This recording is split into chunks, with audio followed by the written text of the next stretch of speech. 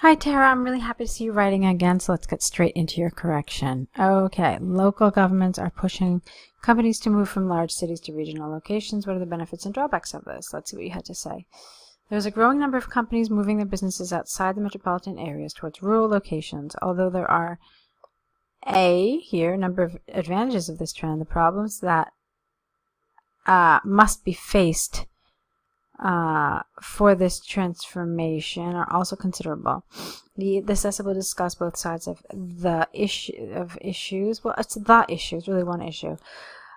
Using some relevant examples to demonstrate points and support arguments. Okay. There is ample evidence to suggest that transferring industries to rural areas provides more land for companies to expand their structure and outcome. I don't know what this is, really. I don't know what you mean. Which results in less expenditures for those industries to establish themselves in regional locations as compared to big cities. Okay, the sentence is a little complicated. You could have broken it down a little bit, I think, maybe into two sentences, because the meaning gets kind of cloudy. For instance, a survey conducted by a private business infrastructure and development firm showed that there is 5% less expenditure required to establish, perhaps, an industrial state in the outskirts, plural, of metropolitan cities. Furthermore, there is less crowd of commuters. Okay, this is a little awkward. Maybe there is less commuter traffic. That would have been good. Yeah, there is less commuter traffic towards the city center if industries and their offices are moved to regional areas. Therefore, there's less cost for business owners to establish an industry, as well as less congestion towards the city. No. Here. Therefore, lower costs. So let's get rid of the there is, and then it should be therefore lower costs for business owners to establish an industry, as well as less congestion towards the city, might be seen if large companies move to remote areas. Okay, so you just need to make a couple little changes there. On the other hand, there are significant disadvantages for companies and businesses moving their venues outside the big metropolitan cities, areas, one of those two, as the availability of skilled workers is reduced. They're not being reduced, but it is reduced. In addition, the companies based in rural areas are further away from their clients, providers, and other contacts, which certainly has a negative impact on the volume of sales and businesses done with other companies. Okay, that's nice. To conclude, more professional and skilled persons prefer to stay in cities for their work, which results in here a shortage of workers in rural areas and less communication in terms of business deals,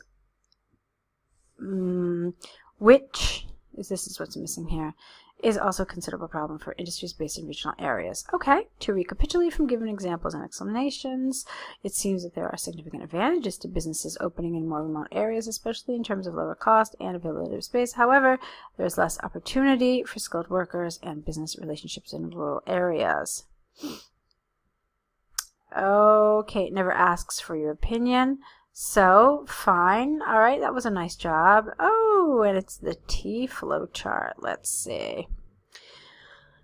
All right, let's see what you had to say. The diagram illustrates the processing of fresh tea leaves into different types of tea followed by various steps. It is clear that you don't need a comma here. Fresh tea leaves are processed mainly in 5 major steps, from sorting and cleaning to the drying process. 5 steps? Well, not exactly. It is clear that fresh tea leaves, I would have had a different overview for this. I would have said that the steps involved in creating tea depend on the type of tea to be produced, with steps ranging from 2 to 6 steps, really. Well, 3 to 6 steps. Okay, because you've got 3 steps here for white tea, and you've got 6 steps here for oolong. So I think my overview would have been something like that. All right. Looking into more detail, the diagram shows that for black tea, after sorting and cleaning fresh tea leaves follows withering and rolling steps. Let's see, black tea, where are you? Why did you choose to start with black tea? This is interesting. Okay, let's see what you had to say about this.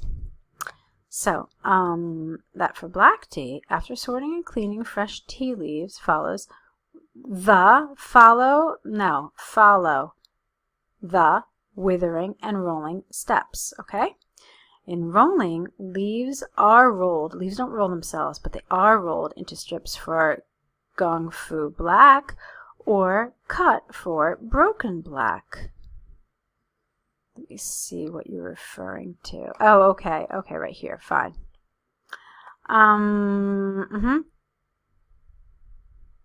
Which leads to a full fermentation process. After fermentation, the final step is frying or drying of processed leaves into black tea. For oolong tea, there is a minor difference in the rolling process from black tea. Well, minor difference compared to black tea, where rolling is done in a basket to bruise leaf edges, followed by a short fermentation. You don't need the and here.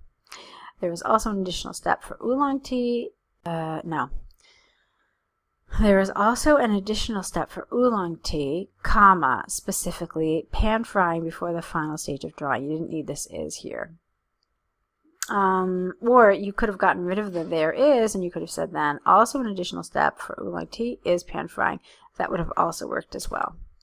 There are, not there is, but there are 4 main steps for green tea, which include sorting and cleaning, often withering, pan frying, or steaming and rolling or drying.